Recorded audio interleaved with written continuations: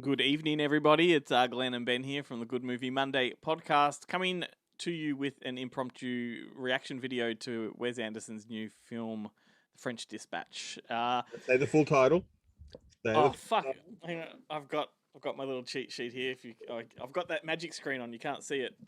yeah Oh no! of Look at the.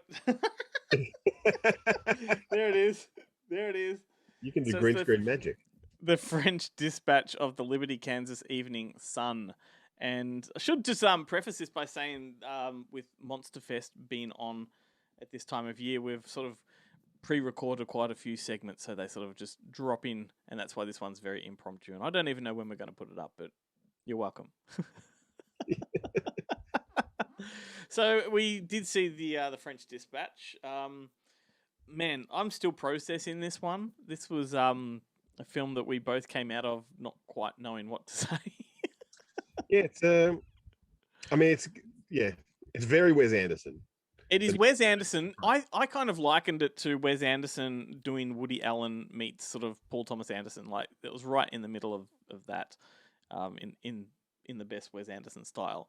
But it's the most inaccessible Wes Anderson film as far as I'm concerned. Like it's the hardest one to tap into because it's an anthology film. It's a bunch of Yeah, stories, but the stories themselves are just not related to each other. They're just weird and quirky for the sake of being weird and quirky. yeah. I think it's to a degree it's Royal Tenenbaums and not so much like Rushmore is a completely different beast, but Grand Budapest. and, um, A Life Aquatic with Steve Zissou and stuff. But the problem with the short film format in a Wes Anderson universe is that it means character introduction takes up 90% of the short story and plot is the other 5%, which Wes Anderson has never really cared about plot. Yep. But it's just a lot of vignettes, and it's, for me, it was definitely style over substance with this one. I really agree with you, but I still enjoyed it, and I walked out of it last night, and I think I said to you, I'm probably never going to watch that again. Yeah. But it's been on my mind all day long, and the more I think about it, the more I definitely will go back to it when it's on Blu-ray or something like that, because I can't get it out of my head. There's so much about it that I really did enjoy. I mean, I didn't fall asleep. I don't know what you're talking about. At all. And I was completely like, I was with it the whole way, so I was following every element of it, not particularly enjoying it in the moment, but in Yeah. reflection, I think I do enjoy it, and and learning that it was sort of based on a real kind of publication and sort of the quirkiness of the stories Yeah. were sort of So based around. it's based on the New Yorker magazine. Yeah. That was the inspiration and some of its writers and stuff, including people like J.D. Salinger and people of that ilk. Yep, for And sure. it is definitely, like, if you've ever read any of like J.D. Salinger's short stories, collected short stories, or anything like that, they do, like, Wes Anderson has actually done a pretty good job of evoking that the feeling of those short stories. Yep. The problem is that I feel like he's almost overstyled them to shoehorn them into a Wes Anderson universe rather than let the stories tell the story themselves, if you know what I mean. Like, it was too much for me. Just too, I kind of, yeah, and to elaborate on that, I kind of feel like there was a lot left out, that he'd made more of the film that's on the cutting room floor that may have benefited from maybe an event TV show, like a half an hour show that's on sort of, for 6 episodes or something like that. yeah. I kind of think that might have played more to his advantage. But like in and of themselves, like remove each of the stories, and each one is kind of cool and it has its own little quirk. And I think, were there 3 of them? I think there were 3 of them. Three stories Yeah, in a career. yeah, and none of them were really alike. I did like the Timothy Chalamet one the most, I must admit, which is the black and That's white the one one. I like the least. I like Really? the robbery, the Edward Norton one, the kidnapping one. Oh, that was good. That was good. Yes, I enjoyed that too. That had a nice little payoff, I think. Yeah. But I don't know, something about the setting of the Timothy Chalamet one with like sort of a bit of a revolutionary kind of feel to it, and having Frances McDormand and Timothy Chalamet fucking, that was hilarious. Yeah. That's not something you expect to see. What No. bothered me about that story was that it was way too much a kind of now story. Yeah. Like everything they're dealing with, and it's set in seemingly in the 60s or the 50s, but all of that, political correctness of the time, it's just, you're like, there's only so much of that kind of stuff that I want to take. Like Well, it's there in real life. I don't need to watch it in movies as well. I find that interesting you say that because I'm exactly the same. I don't like that kind of stuff. But this particular story did it for me. I don't know. I think maybe it's just because I'm starting to swing around to Timothy Chalamet. Like, I just Yeah. have not liked his personality outside of cinema, but I've always appreciated his talent.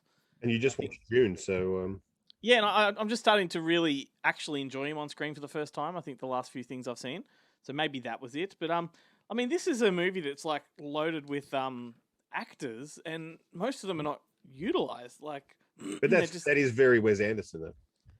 kind of. Do you think do you think he sort of headhunts them, or do you think they put their hand up and go, "I want to be in a Wes Anderson film"?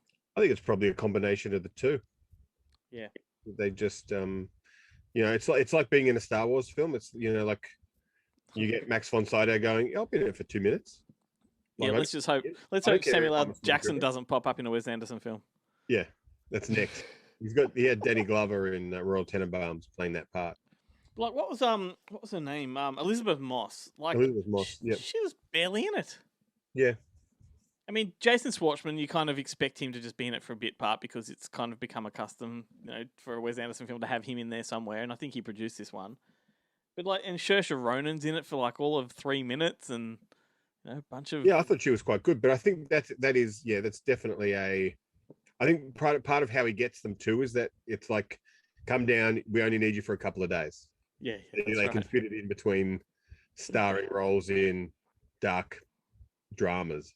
Yeah, and you know what? I typically don't like Tilda Swinton either, but I enjoyed her in this one too. He was great. I thought she was really good in this. Yeah, same. So did I. I like they were all when she good. plays Americans.